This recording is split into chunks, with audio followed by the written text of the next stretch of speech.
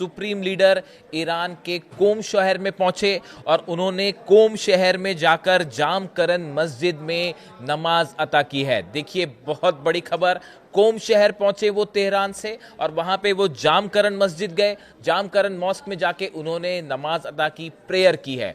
अब देखिए, ये बहुत बड़ी खबर किस लिए है। बताया जाता है कि जब भी अली खामेनेई साहब इस कोम की मॉस्क में गए हैं, जामकरन मॉस्क में गए हैं, उसके बाद उन्होंने कोई बड़ा फैसला लिया है। ईरान ने बहुत बड़ा फैसला लिया। ये इतिहास इस बात को बताता है कि जब भी अली खामेनेई साहब को, ईरान के सुप्रीम लीडर को, कोई बड़ा फैसला लेना होता है या वो बड़ा फैसला कर चुके होते हैं तो वो कोम शहर जाते हैं और वहां की जामकरन मस्जिद जाते हैं। अब ये जामकरन मस्जिद जो है ये क्यों महत्वपूर्ण है, आप मेरे से बेहतर जानते होंगे। शिया मुसलमानों का यह प्रमुख तीर्थ स्थल है जो कोम शहर के बाहरी इलाके में स्थित है।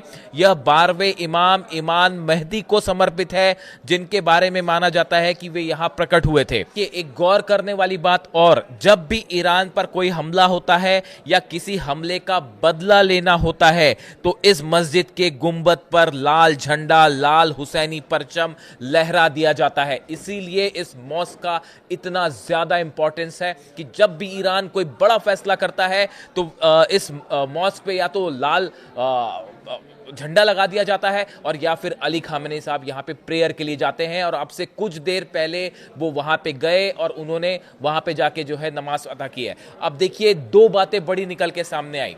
पहली बात ये कही जा रही है कि क्या ईरान ने परमाणु परीक्षण का फैसला कर लिया है। इस तरह की सुगबुगाहट शुरू हो गई है। जो अनुमान लगाए जा रहे हैं, ना सिर्फ वेस्ट में, देखिए नमाज अदा करने गए ईरान के सुप्रीम लीडर और परेशान हो गया है अमेरिका और इजराइल और अमेरिका की खुफिया एजेंसियां जो हैं वो ये मान के चल रही हैं कि ईरान कोई बहुत बड़ा कदम उठाने जा रहा है, क्योंकि जब भी वो वहां गए ईरान ने कुछ बड़ा किया। अब जो सबसे पहला अनुमान लगाया जा रहा है, कंफर्म नहीं है खबर, लेकिन ये आकलन लगा रहे हैं और अमेरिका और इजराइल की एजेंसियां इस तरह के अनुमान लगा रही कि कहीं अली खामेनेई साहब का इस जामकरन मॉस्क में जाने का मतलब ये तो नहीं कि ईरान ने परमाणु परीक्षण का, एटमी टेस्ट का फैसला कर लिया है और उनकी तरफ से अब हरी झंडी दे दी गई है। और इसको लेकर कान खड़े हो गए हैं सभी एजेंसीज के, चाहे वो यूरोप की एजेंसियां हो, अमेरिका की हो या इजराइल की हो। और इस बात पर पैनी नजर रखी जा रही है कि क्या ईरान अगले